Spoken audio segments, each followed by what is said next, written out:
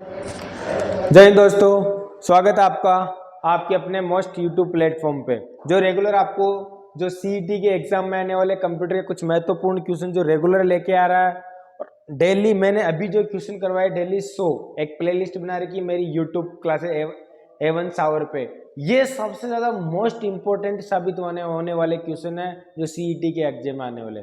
इसी प्रकार में 12th की सीईटी तक करीबन 1000 क्वेश्चन को आपके लिए प्रोजेक्ट लेके आ रहा हूं। तो एक एक क्वेश्चन इनपुट आउटपुट का अलग, ऑपरेटिंग सिस्टम का अलग, लैंग्वेज का अलग, इस तरीके से मैं आपको 1000 क्वेश्चन इस ऑनलाइन के माध्यम से करवाने जा रहा हूं। तो आप ज़्यादा से ज़्यादा मेरे चैनल से जुड़े और अपने दोस्तों को भी बताएं। कोई नॉर्मल क्वेश्चन नहीं, मैं एक क्वेश्चन को सही तरीके से विद प्रैक्टिकल आपके सामने लेके आ रहा हूँ। और ज़्यादा से ज़्यादा हमारे चैनल से जुड़े ताकि मेरा हौसला बने, तो मैं और मोस्ट बढ़िया क्वेश्चन आपके लिए लेके आ सकूं। तो आज का मेरा मोटिवेशनल थॉट है, जीवन का वास्तविक उद्देश्य अपनी खुद की पथ पाना है। जीवन का वास्तविक उद्देश्य अपनी खुद की पथ पाना है और किसी दूसरों का अनुसरण करना नहीं है। क्या है कि बहुत सारे लड़के मैं उसकी तरह बनना चाहता हूं, मैं उसकी तरह बनना चाहता हूं, नहीं। मेरे से किसी ने पूछा तो किसकी तरह बनना चाहता हूं, तो मैं सिर्फ और सिर्फ सत्यनारायण रहना चाहता हूं। मैंने जो आदर्श, मेरे जो आइडियल है, उन्हीं का भी यही थॉट है, चाहे कम बनो लेकिन खुद बनो, कॉपी नहीं। कम बनो, कम रखो। आप जितनी आपकी आकांक्षा, जितनी आप सोच सकते हो उतना सोचो, जितना कार्य आप पूरा कर सकते हो उतना सोचो और उतना तो पूरा ही करो। ऐसा नहीं कि मैं वो कर लूं, आपकी अभी अगर वो नहीं है तो छोड़ो उसको, उससे कम टारगेट रखो, छोटे छोटे टारगेट लेके अपनी बड़ी मंजिल को पार करो। जो भी बनो खुद बनो, न कि कॉपीराइट। ठीक है। The true purpose of life, The true purpose of life is to find your own path and not to follow someone else. किसी और की तरह नहीं, खुद की तरह बनो। ठीक है। तो आज का मेरा पहला क्वेश्चन है, निम्न में से, क्योंकि 25 क्वेश्चन मैंने कल की क्लास में करवा दिए, क्वेश्चन नंबर 26, निम्नलिखित में से कौन सा व्यू पावर पॉइंट में नहीं है। देखो कौन सा नहीं है, नॉर्मल नहीं है, आउटलाइन नहीं है, स्लाइड सॉर्टर नहीं है, या स्लाइड शो नहीं है। देखो नॉर्मल भी होता है, आउटलाइन भी होता है, स्लाइड सॉर्टर भी नहीं होता। एक स्लाइड सॉर्टर भी होता है, क्या नहीं होता, स्लाइड शो नहीं होता है। कौन सा नहीं होता है, स्लाइड शो नहीं होता। देखो इसको मैं प्रैक्टिकल के माध्यम से समझाता हूं। ये व्यूज हमारे, क्या व्यूज, नॉर्मल होता है, स्लाइड सॉर्टर होता है ना, नोट पेज होता है और रेंडिंग होता है। लेकिन स्लाइड शो नहीं होता है। स्लाइड शो एक मेन्यू होता है, व्यू नहीं होता है। स्लाइड शो क्या होता है, मेन्यू होता है। और स्लाइड शो की जो शॉर्टकट की क्या होती है, F5। और इसमें दो होता है, स्टार्टिंग से, अगर स्टार्टिंग से करना तो F5, और करंट, अगर करंट स्लाइड शो करना तो क्या होता है, शिफ्ट के साथ F5। ठीक है। ये दोनों शॉर्टकट की मैंने कल की क्लास में बताई थी। ये हमारा पावर पॉइंट का पहला क्वेश्चन था। अगला क्वेश्चन, एक मजबूत पासवर्ड होना चाहिए। क्या होना चाहिए, एक मजबूत पासवर्ड क्या होना चाहिए। आजकल बहुत सारे लड़के एसएसओ वगैरह क्रिएट कर रहे हैं, तो वो क्या है कि पासवर्ड क्या, मेरे मोबाइल नंबर। आजकल आप एसएसओ भी ओपन करते हो तो उससे पहले भी सबसे पहले आपको मैसेज दे दिया जाता है कि आप स्ट्रॉन्ग पासवर्ड क्रिएट करो। उसमें स्ट्रॉन्ग पासवर्ड की एक होती है कि कोई एक तो क्या, A to Z capital letter भी होना चाहिए, है ना, A to Z small letter भी होना चाहिए, कोई नंबर भी होना चाहिए, कोई सिंबल भी होना चाहिए, है कि नहीं, कोई भी एक चिन्ह भी होना चाहिए। इन सबों से मिला के आप स्ट्रॉन्ग पासवर्ड बना सकते हो। जैसे मेरे को बनाना है तो जैसे मैं बना देता हूँ ARYAN, कैपिटल हो गया, स्मॉल हो गया, @ कोई भी नंबर ले लेता हूँ, 1 आ गया, है कि नहीं, @#1। इस तरीके से स्ट्रॉन्ग पासवर्ड आप क्रिएट कर सकते हो। ठीक है। तो इसमें क्या रखना है, दोनों अपर केस और दोनों लोअर केस नहीं हो सकता। एक शब्द जो याद रखना आसान होता है, पालतू जानवर का नाम, ये तो हो ही नहीं सकता। नाम जिसमें कम से कम 7 वर्ण, कितने 7 मिनिमम, अक्षरों, संख्याओं और वर्णों का संयोजन हो। देखो सबका संयोजन है या नहीं है? तो हमारा आंसर यहाँ क्या होगा? हमारा आंसर होगा यहाँ पे C, capital letter, small letter, symbol और कोई नहीं अदर। अगला क्वेश्चन, निम्न में से कौन सा एक ओपन सोर्स ऑपरेटिंग सिस्टम है? कौन सा है? ओपन सोर्स का मतलब क्या होता है? एक ऑपरेटिंग सिस्टम जिसको आप एडिट कर सकते हो। क्या कर सकते हो? एडिट कर सकते हो। अपना एक सबसे ज्यादा यूज में आने वाला मोबाइल के अंदर ऑपरेटिंग सिस्टम कौन सा? एंड्रॉइड। आप उसकी सेटिंग में जाके देखो, एक ऑप्शन आता है उसके अंदर, लास्ट के अंदर, आप उसमें एडिट कर सकते हो, लेकिन करना मत आता है तो ही करना, वरना छेड़खानी मत करना ओपन सोर्स से, ठीक है। एंड्रॉइड जो होता है ना, iOS तो फिक्स है, किसका है? इसमें आपको छेड़खानी नहीं कर सकते हो एप्पल के मोबाइल का। बाकी ये तो किसका है? कंप्यूटर का। लेकिन ओपन सोर्स मोबाइल के लिए पूछा तो एंड्रॉइड आंसर होगा। क्या होगा यहाँ पे? एंड्रॉइड, ठीक है। अगला क्वेश्चन, रैम के द्वारा अधिकाधिक प्रयोग में ली जाने वाली जानकारी को संग्रहित करने के लिए कौन सी मेमोरी का उपयोग किया जाता है? तो सबसे ज्यादा रैम अगर उपयोग में लेती है तो किसको लेती है? कैश मेमोरी को। देखो ये रहा, ये हमारा सीपीयू है कि नहीं? ये सीपीयू, आप देखो इसको, सीपीयू, ये क्या? मेन मेमोरी यानी रैम, रैंडम एक्सेस मेमोरी। सबसे ज्यादा इन दोनों के बीच में अगर हम एक्स्ट्रा इनपुट आउटपुट देते हैं तो एक्स्ट्रा जो रहता है वो कैश मेमोरी से लेता है। किस में मेमोरी में पड़ा रहता है? कैश मेमोरी में। और सबसे ज्यादा सीपीयू और मेन मेमोरी के बीच में काम में आने वाली कौन सी है? कैश मेमोरी है। कौन सी है? Cache memory. अगला क्वेश्चन मेरा सबसे मोस्ट क्वेश्चन, आपको विद चित्र डायग्राम प्रैक्टिकल के साथ लेके आ रहा हूं। गटर मार्जिन क्या है? क्या पूछा इसने? गटर मार्जिन क्या होता है? जैसे हमारे पास एक पेज है, आप किसी को बाइंडिंग करवाना चाहते हो, जैसे आपके पास नोट्स है, बाइंडिंग करवाना चाहते हो, या तो लेफ्ट साइड में करते हो या टॉप में करते हो, या तो आप कॉपी को ऐसे खोलते हो या ऐसे ओपन करते हो। देखो ये हमारा पेज है, तो इधर बाइंडिंग करते हो तो क्या होता है? अगर यहां तक लिखा तो पेज क्या होता है? दब जाता है। तो कुछ जगह छोड़ देते हैं हम। क्या छोड़ देते हैं? कुछ हमारे पेज में जगह छोड़ते हैं। जैसे मेरा पेज है तो यहां से लिखना शुरू कर देते हैं, है कि नहीं? तो ये जो जगह छूट रही है ना, इसको मार्जिन बोलते हैं। कौन सा? Gutter margin. अगर कई बार तो मार्जिन बराबर छूटता है, लेकिन आपने क्या इस साइड ज्यादा छोटा, तो गटर मार्जिन। तो ये क्या करता है? मार्जिन को प्रिंट करते समय बाएं मार्जिन से जोड़ा जा सकता है, मार्जिन को प्रिंट करते समय दाएं मार्जिन में जोड़ा जा सकता है, मार्जिन जो प्रिंट करते समय पृष्ठ के बाइंडिंग की तरफ से छोड़ा जा सकता है ना, बाइंडिंग से जोड़ा जा सकता है। तो हमने बाइंडिंग की तरफ छोड़ने वाले ऑप्शन को हम क्या बोलते हैं? Gutter margin. क्या बोलते हैं? और गटर मार्जिन का मैं आपको चित्र भी सहित लेके आ रहा हूं, देखो इसको समझो आप। ये मेरे पास इमेज है, गटर मार्जिन का ऑप्शन अगर आपको लेना है तो देखो ये ऑप्शन होता है पेज लेआउट का दोस्तों। किसका होता है? पेज लेआउट का। पेज लेआउट के अंदर मार्जिन, मार्जिन के अंदर गुटर। क्या ले रखा? गुटर का मैंने कितना जगह छोड़ रखी? 2.2, है ना। और किधर देखो, एक तो होता है लेफ्ट साइड, लेफ्ट साइड इधर बाइंडिंग करते हो, या फिर करते हो आप टॉप के अंदर, है, या करते हो आप लेफ्ट के अंदर, ठीक है। टॉप और कितनी जगह छूट रही है? देखो ये व्यू प्रीव्यू भी दिख रहा है, इतनी जगह छूट रही। आप इधर पिंचिंग करोगे तो आपके टेक्स्ट नहीं छूटेंगे, तो ये गुटर पोजीशन है ना। चलते हैं हमारे क्वेश्चन पे, अगले क्वेश्चन पे। मेरा अगला क्वेश्चन है रो और कॉलम शीर्षकों के यथास्थान रखने के लिए। किसको? रो और कॉलम शीर्षकों यथास्थान रखने के लिए, ताकि जब आप किसी वर्कशीट को स्क्रॉल करते हो तो स्क्रॉल नहीं हो और क्लिक करें।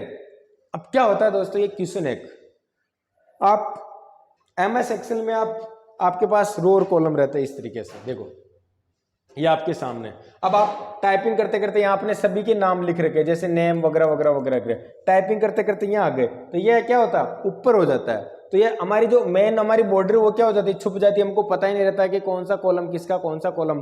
तो जो फर्स्ट जो रो होती है, क्या होती है?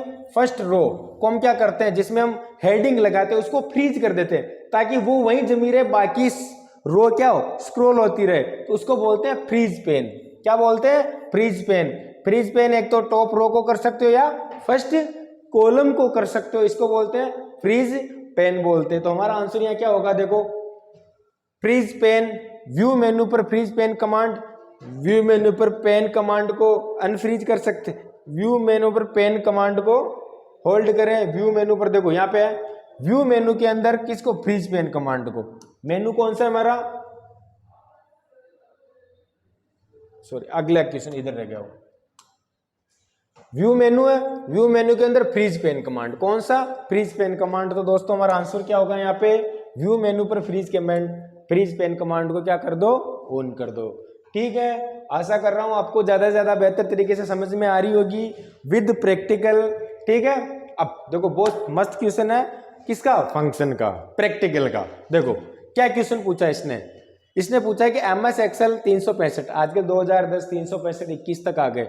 MS एक्सेल फंक्शन में ये हमारा फंक्शन है मिड के अंदर कंप्यूटर साइंस 509 ये आ रखा है। तो हमारा इसका आंसर क्या होगा, देखो ये देखो मैंने फंक्शन लिखा है ये वाला, ठीक है, क्या लिखा, इक्वल टू MID, फंक्शन में क्या लिखा, कंप्यूटर साइंस SCIENCE और क्या है 5 9। आंसर क्या होगा, तो देखो राइट साइड से कितने कैरेक्टर छोड़ने, 5, 1 2 3 4 5 छूट गए, सॉरी है ना, और लेफ्ट साइड से, और राइट साइड से कितने छोड़ने, 9, 1 2 3 4 5 6 7।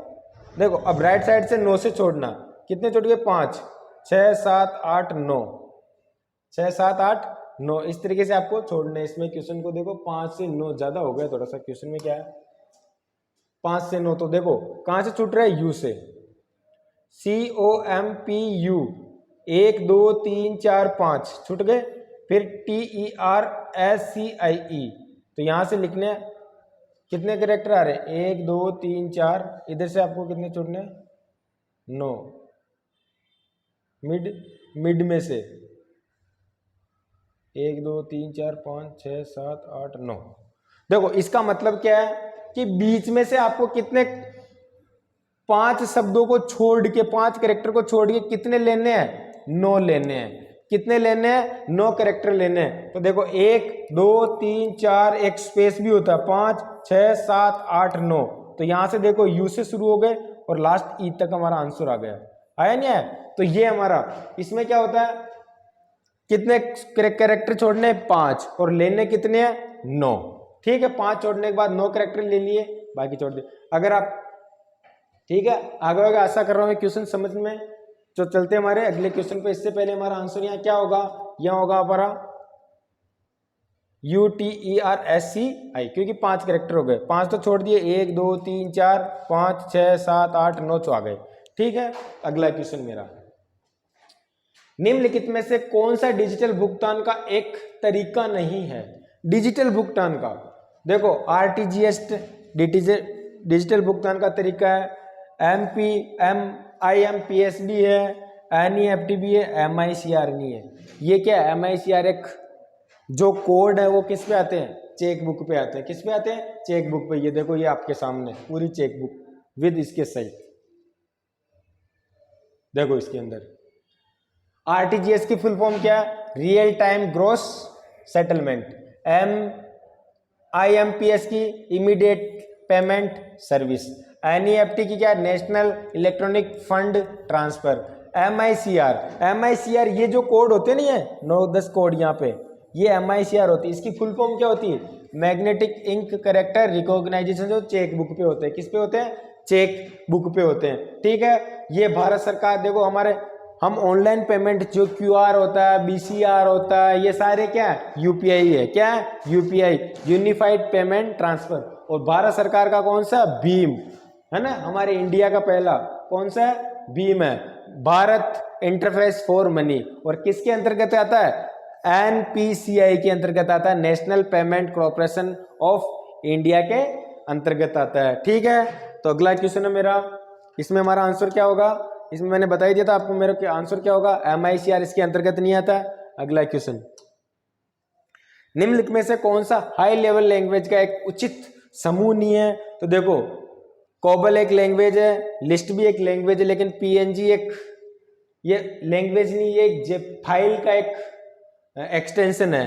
आरपीजी है, लिप्स भी है, लेकिन पीएनजी, वही समस्या आ गई। और सी लैंग्वेज सीएनजी, सीएनजी तो गैस है जो गैस में बनाया जाता है। पाइथन लैंग्वेज है, जावा, एनाकोंडा और पाइथन, ये तीनों क्या हाई लेवल लैंग्वेज है। क्या हाई लेवल लैंग्वेज, हमारा आंसर क्या होगा डी। अगला क्वेश्चन, एमएस पावर पॉइंट किसमें, एमएस पावर पॉइंट प्रेजेंटेशन के संदर्भ में रिक्त स्थानों को भरने के लिए उचित क्रमित युग्म का एक प्रिंट आउट निश्चित रूप के लिए तैयार होता है। किसके लिए, प्रेजेंटेशन के लिए। तो इसमें हमारा आंसर होगा, देखो इसमें हमारा नोट होता है किसके लिए, स्पीकर के लिए। किसके लिए होता है, नोट किसके लिए होता है, स्पीकर के लिए होता है। तो हमारा आंसर क्या होगा, नोट स्पीकर के लिए। ठीक है, अगला क्वेश्चन, ये जीमेल का क्वेश्चन है। मैंने अकेला क्वेश्चन मेरी यूट्यूब की क्लास में मैंने पूरा जीमेल का पूरा सही तरीके से क्वेश्चन समझाया था। उस क्वेश्चन को मैंने यही क्वेश्चन था जो मैंने वहां समझाया था। निम्नलिखित में से मेल फील्ड दिए गए हैं। जब आप डी को संदेश प्राप्त करना होगा तो वो कौन से ईमेल पते पर देख पाएगा, इसमें से आपको ढूंढना है। देखो मैं एक चीज बताता हूं, अगर आप किसी को मेल भेज रहे हो तो मेल भेजने का जो पता लिखते हैं प्रेषक का, या तो टू लिखते हैं। टू के दो पार्ट होते हैं, टू के पार्ट दो होते हैं बेटा। कितने होते हैं, एक तो होते हैं बीसीसी और एक होता है सीसी। सीसी का मतलब होता है कार्बन कॉपी। क्या होता है, सी का मतलब क्या होता है, कार्बन कॉपी। और बीसीसी का मतलब क्या होता है, ब्लैंक कार्बन कॉपी।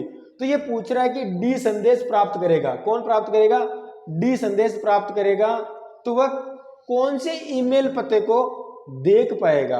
अब डी का एड्रेस, इसने डी का एड्रेस, डी का किस में लिख रखा है बेटा, बीसीसी में लिख रखा है। तो अब बीसीसी में लिख रखा मतलब इसका पता कोई नहीं देख पाएगा, क्योंकि ये किस में, बीसीसी में। और बीसीसी ब्लैंक कार्बन कॉपी किसी और के पास नहीं जाएगी। लेकिन ये किस किस का देख सकता है, ये बीसीसी में है तो ये देख सकेगा किस किस का, ये देख सकेगा क्योंकि बीसीसी में है। इसका नहीं देख सकेगा, लेकिन ए का देख लेगा, कार्बन कॉपी किसका, बी का देख लेगा, सी का देख लेगा। नहीं, ये खुद बीसीसी में है लेकिन ई का नहीं देख पाएगा, क्योंकि ई भी किसके अंदर है, बीसीसी के अंदर है।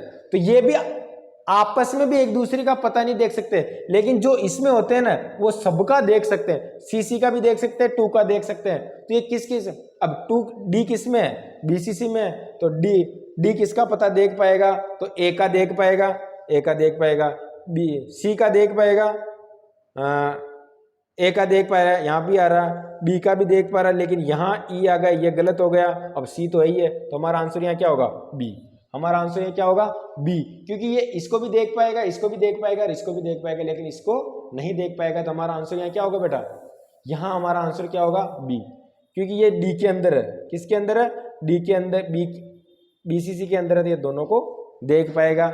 ये मेरा पूरा क्वेश्चन मैंने आपको अलग से यूट्यूब में अकेला क्वेश्चन समझा रखा है। अगला क्वेश्चन, भारत का पहला नेटवर्क कौन सा है, तो भारत का पहला नेटवर्क है कौन सा, ईआर नेट, अर्पानेट। दुनिया का सबसे पहला नेटवर्क कौन सा, अर्पानेट है, लेकिन भारत का कौन सा, ईआर नेट है। कौन सा, ईआर नेट। ये देखो ईआर नेट,